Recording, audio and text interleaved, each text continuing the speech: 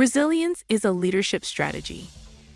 What if I told you that 73% of leaders who prioritize resilience see 40% higher team performance?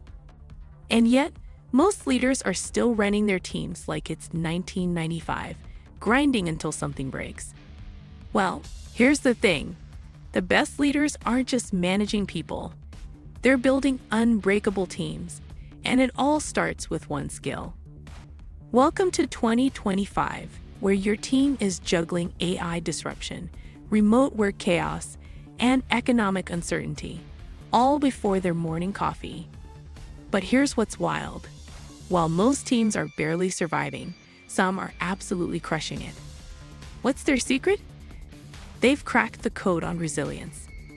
Not the grit your teeth and push through kind, but strategic, science-backed resilience that turns setbacks into comebacks. Let's dive in. What resilience actually is. First, let's kill the myth. Resilience is not about being a robot who never feels stress. Real resilience is like a rubber band. It stretches under pressure, but snaps back stronger. Here's the difference. When Netflix pivoted from DVDs to streaming, they didn't just survive. They transformed an entire industry. That's resilience with intelligence. When your team hits a major deadline crisis, resilient teams don't just work harder, they work smarter.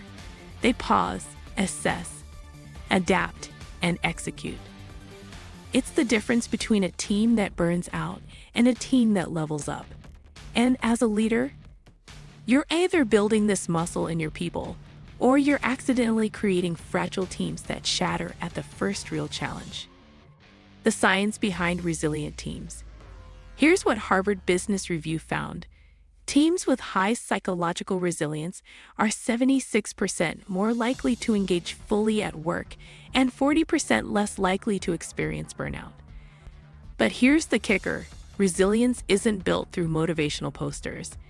It's built through three core elements. First, psychological safety. When people can fail without fear, they innovate without limits. Google's Project Aristotle proved this. Psychological safety was the #1 predictor of team success. Second, adaptive thinking. Resilient teams don't see problems as roadblocks. They see them as puzzles to solve. When COVID hit, companies like Zoom didn't panic. They adapted their infrastructure overnight because they'd built that adaptive muscle. Third, recovery protocols. Elite athletes don't just train hard. They recover intentionally. Same with high-performing teams. They build in buffer time, celebrate small wins, and know when to pause. The result? Teams that don't just survive disruption. They use it as fuel for growth. The hidden cost of fragile leadership. Let's talk about what happens when you ignore this. The average cost of replacing one employee, $15,000. Multiply that by turnover rates in fragile organizations, sometimes 50% annually, and you're looking at millions in hidden costs. But here's the real killer, opportunity cost. While your competitors are building resilient, adaptive teams, fragile teams are stuck in survival mode. Think about Blockbuster versus Netflix. Blockbuster had the resources, the market share, the infrastructure. What they didn't have? Leadership resilience. They couldn't adapt when the market shifted. Meanwhile, Netflix failed multiple times. Remember Quickster? But their resilient leadership turned those failures into learning moments. The difference?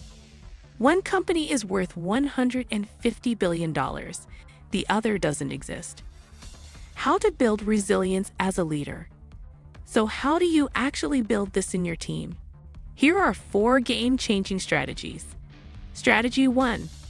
Model emotional transparency. Stop pretending you're perfect. When you mess up, own it publicly. When you're stressed, name it. Your team needs to see that struggle is normal and growth is possible. Strategy 2. Create stress inoculation. Gradually expose your team to controlled challenges. Think of it like immunity. Small doses of stress build resistance to bigger pressures. Strategy 3. Institutionalize recovery. Make rest and reflection non-negotiable. Companies like Salesforce mandate Ohana time dedicated space for team bonding and decompression. Strategy 4. Reframe failure. Stop calling mistakes failures. Start calling them data. Amazon's Jeff Bezos famously said, "If you're not failing, you're not innovating fast enough." Here's your challenge. Pick one person on your team who's struggling. This week, have one conversation focused entirely on their growth, not their output. Ask them, what would help you bounce back faster from setbacks?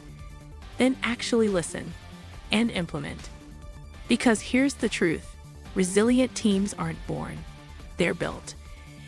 And it starts with leaders who understand that strength isn't about never falling down. It's about helping others get back up. Subscribe if this hit different. Your team's transformation starts with your next decision.